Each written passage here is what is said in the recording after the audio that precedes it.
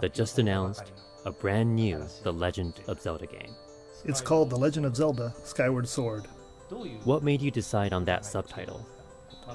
Well, first we thought that it has to be about a sword. The story revolves around a sword. And additionally, the skies play a key element this time. To incorporate these factors, we visualized an image of a sword pointing skyward, something really symbolic. And that's where the name Skyward Sword came from. How did this The Legend of Zelda game get started, Miyamoto-san? When the Wii console came out, we wanted to come out with a Wii Zelda right away. So we released a Zelda for both Wii and GameCube at the same time. But we still had a lot of ideas that we could only do on Wii.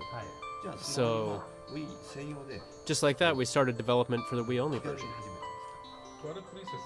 There was a sense that we had made The Legend of Zelda Twilight Princess too big. We felt like we weren't able to fully leverage its scale and, not quite package it into one solid piece. So we wanted to make sure we first built a strong foundation for the game and then create a compact yet solid playing experience.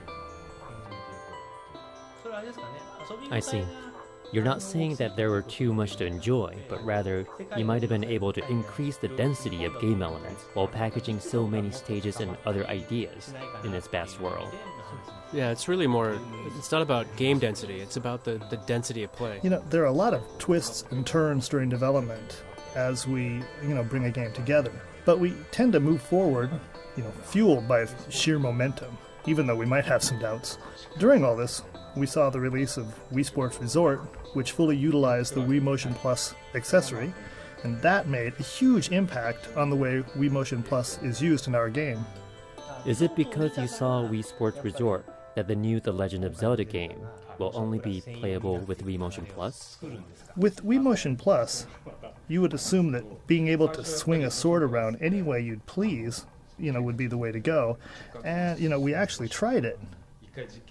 But being able to swing a sword around freely doesn't, really mean... Being able to swing freely and it being fun are completely different things. Yes, that's right. But I wasn't able to figure it out. We did it the freeway, but I didn't feel the effectiveness I was expecting. So, we kept working on it. However, the lack of effectiveness made it so that the foundation, on which this high-density gameplay needs to be built wasn't getting done. So before Wii Sports Resort was finished, I told the staff, we shouldn't do this Wii Motion Plus in The Legend of Zelda Skyward Sword. You told them.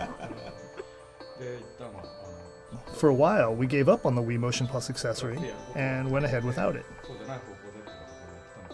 But when Wii Sports Resort came out, Eguchi-san, the producer, came up to me and asked me a question. He asked, since he was able to make the swordplay game work in Wii Sports Resort, why wasn't I doing the same thing in The Legend of Zelda Skyward Sword?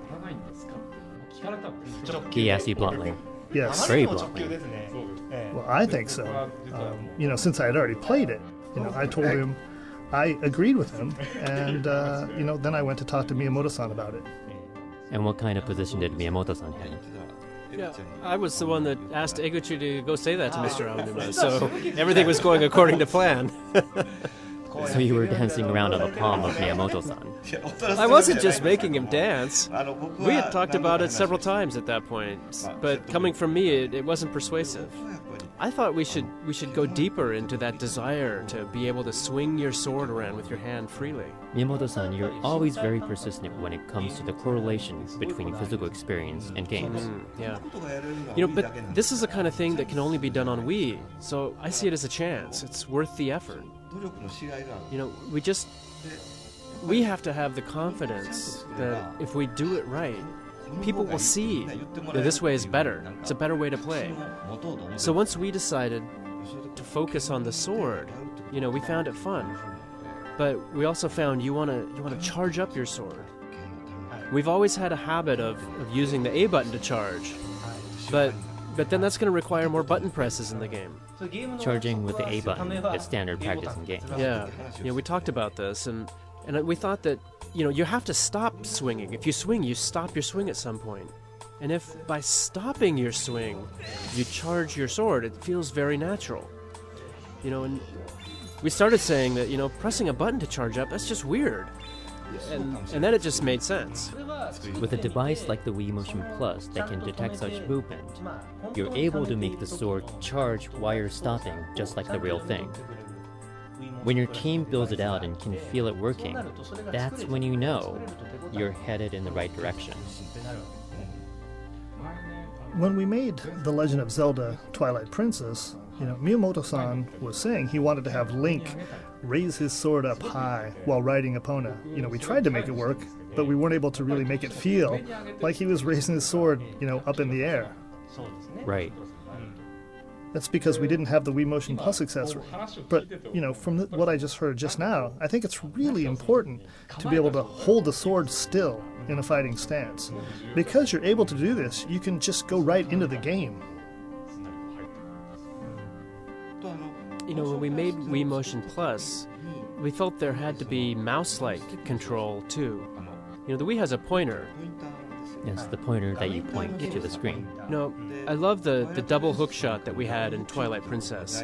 I think it's really unique, but after you cling onto a wall and then you aim at the next spot, it takes a while each time.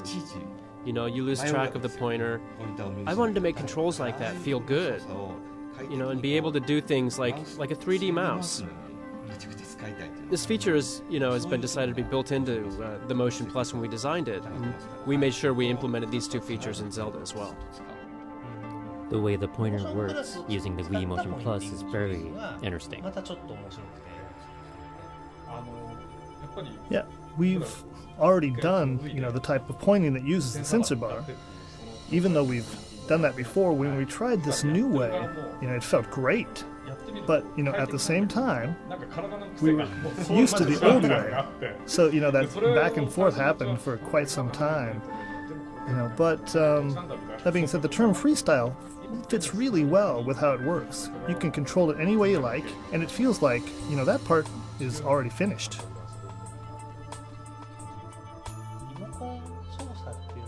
If there are people who have predetermined thoughts that controls with the Wii Remote are good for beginners but not good for the deeper game players, I would really like those people to try out the new Zelda game. That's right. The history of Zelda is one that, however complex the controls or how many items you have, it's really been important to be able to access those elements very simply. This goes back to the N64 era, where we assigned, different items to each of the 4 face buttons. So the players could just select which button to push, rather than open up icons and having to choose from a list. When you're in the middle of a heated sword battle and you instantly want to switch to a bow and arrow to shoot, well, you shoot kind of arrows from afar, so maybe in a battle you might switch to a slingshot, but you can do it, you can shoot right away. Yeah. And, there's no confusion either.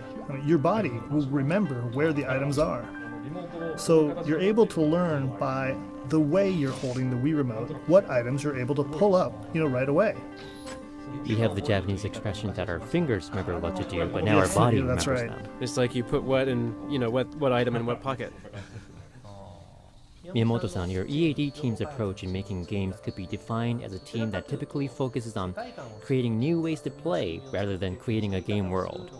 Even so, when the world gets as big as The Legend of Zelda, I think the need to build out the world, the settings, and creating the scenarios, including all the details, become very important. But Miyamoto-san, you said that for this new Zelda game, you have been placing significant priority on specifically how the game will be played since the start of development. Yeah, that's right. Yeah, as we're making Zelda, I continue to discuss with Aonuma-san and the team as to why and what makes Zelda so much fun. We talk a lot about what is that flavor of Zelda. I think there's a sense of realism of being the land of Hyrule, but I think that realism comes from the characters and the details of the scene. You need a sense that you're actually doing these actions, that you're in that world. So in that sense, pushing a huge block is actually kind of absurd.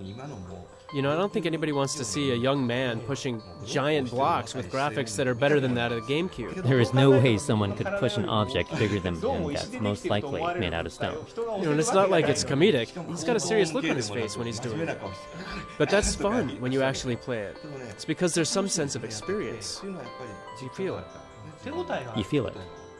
Word has been out that we've been working on the next Zelda game for a while, and now that it's been officially announced, and we were able to explain the controls, what you can do, and the world it takes place in, I think many people are looking forward to it. Do you have anything that you would like to say to them? Well, you know, I've been talking about this with Miyamoto-san, and we've been throwing around the phrase, you know, back to basics, as we were asking each other what core elements made the Legend of Zelda games fun.